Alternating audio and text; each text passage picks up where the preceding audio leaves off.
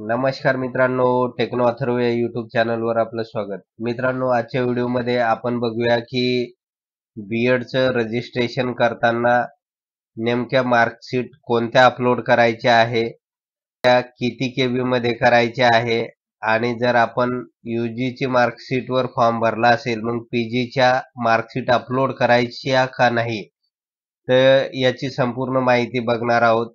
आणि हे जर आपण समजून घेतलं नाही तर आपला फॉर्म बाद पण होऊ शकतो, रिजेक्ट पण होऊ शकतो. तर यासाठी मित्रांनो, नेमक्या मार्कशीट आपल्याला कोणत्या अपलोड करायच्या आहे तर हे समजून घेणं अतिशय गरजेचं आहे. त्यामुळे हा व्हिडिओ पूर्ण बघा, तरच आपल्याला नेमकं कळून येईल की मार्कशीट कोणत्या जोडायच्या आणि किती जोडायच्या.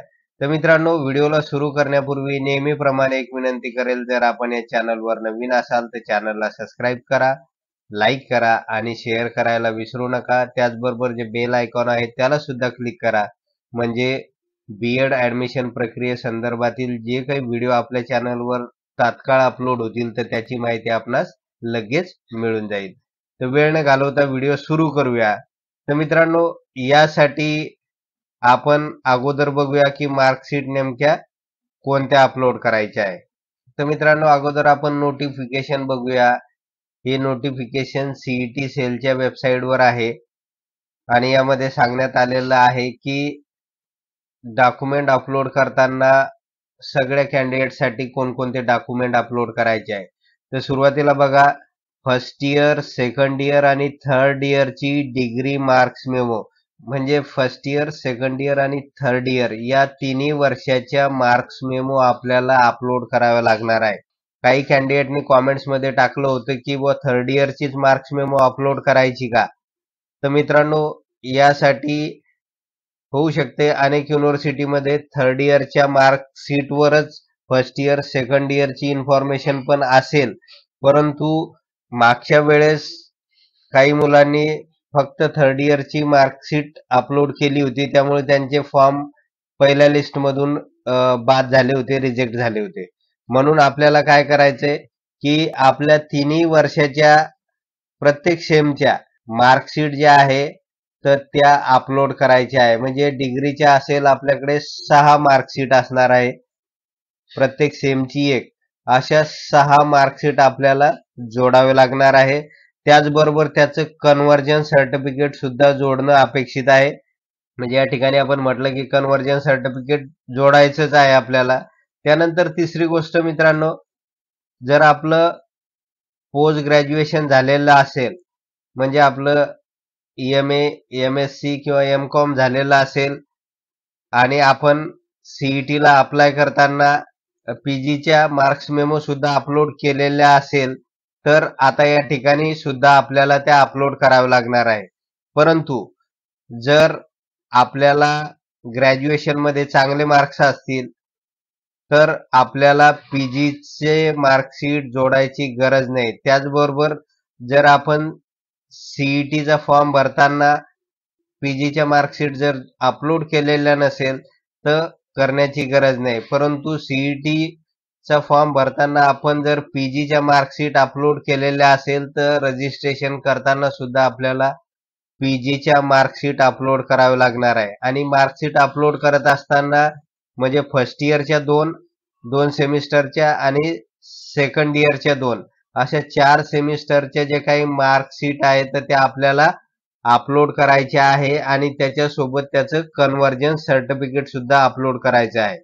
आता मित्रांनो, ज्या ठिकाणी हे यूजीच्या मार्कशीट अपलोड करायला सांगितलेले आहे तर तिथे यूजीच्या मार्कशीट अपलोड करायच्या आपल्याला, आणि ज्या ठिकाणी पीजीच्या मार्कशीट अपलोड करायला सांगितलेले आहे तिथेच पीजीच्या मार्कशीट अपलोड करा. त्यानंतर पुढची एक महत्वाची गोष्ट, या मार्कशीटचं जे काही आपण पीडीएफ बनवणार आहे तर त्या पीडीएफची जी काही साईज असणार आहे ती 500 केबी असावी. 500 केबीच्या वर जर असेल तर ती फाईल वेबसाईटवर अपलोड होत नाही.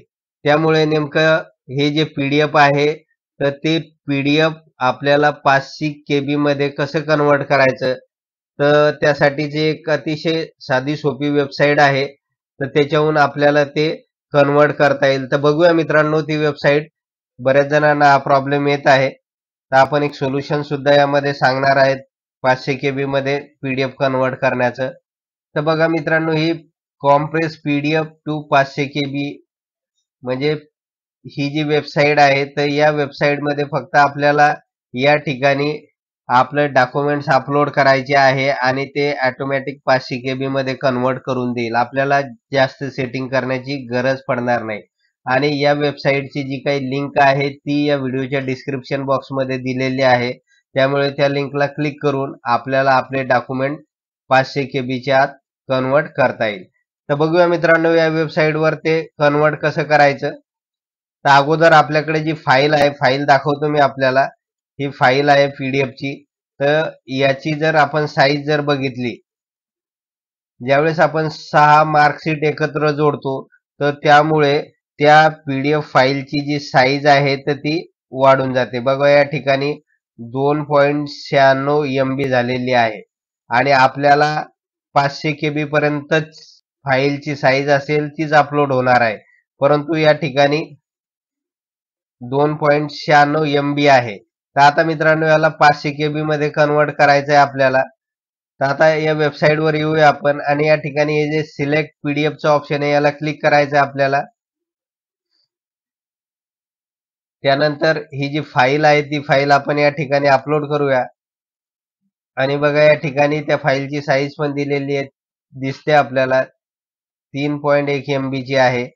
आणि आता इकडे खाली यायचे पीडीएफ साईज या ठिकाणी 500 टाका आणि या ठिकाणी हे जे केबीचं ऑप्शन आहे ते दिसायला पाहिजे, नसेल तर चेंज करा. आणि त्यानंतर या ठिकाणी हे जे कॉम्प्रेसचं ऑप्शन आहे तर याला क्लिक करायचंय. याला क्लिक केल्यानंतर ती फाईल कन्वर्ट होऊन जाईल. बघूया आपण क्लिक करूया. त्याला क्लिक केल्यानंतर प्रोसेस सुरू झालेली आहे आणि काही सेकंदामध्ये आपली फाईलची जी काही साईज आहे तर ती 500 KB मध्ये कन्वर्ट होऊन जाईल. आणि बघा मित्रांनो या ठिकाणी ही फाईल 496 KB म्हणजे नियर अबाउट 500 KB पर्यंत कन्वर्ट झालेली आहे. तर आता याला डाउनलोड करूया. डाउनलोडसाठी हे जे ऑप्शन आहे याला क्लिक करायचं आहे आपल्याला. आणि बघा या ठिकाणी 400 MB पर्यंतची ही जी फाईल आहे तर ती कन्वर्ट झालेली आहे. तर अशा प्रकारे मित्रांनो आपल्याला किती मोठी पीडीएफ फाईलची साईज असेल तर त्याला या वेबसाईटवर सहजपणे कन्वर्ट करता येईल. त्यानंतर पुढे बघूया मित्रांनो. त्यानंतर या ठिकाणी एक शेवटचा जो काही ऑप्शन होता या ठिकाणी फॉर्म यूजीच्या मार्कशीटवर भरला, मग पीजीच्या मार्कशीट अपलोड कराव्या काय? तर मित्रांनो या ठिकाणी जर आपण सीईटीला अप्लाय करताना यूजीच्या बेसवर अप्लाय केलेला असेल, म्हणजे यूजीच्याच मार्कशीट आपण त्यावेळेस जोडलेल्या असेल किंवा अपलोड केलेल्या असेल, तर आपल्याला पीजीच्या मार्कशीट अपलोड करण्याची गरज नाही. पण जर आपण सीईटी सेलचा फॉर्म भरत असताना यूजी आणि पीजी या दोन्हीच्या मार्कशीट जर अपलोड केलेल्या असेल तर रजिस्ट्रेशन करताना आपल्याला पुन्हा यूजी आणि पीजी या दोन्ही मार्कशीट अपलोड कराव्या लागणार आहे. हे तेवढंच महत्वाचं आहे.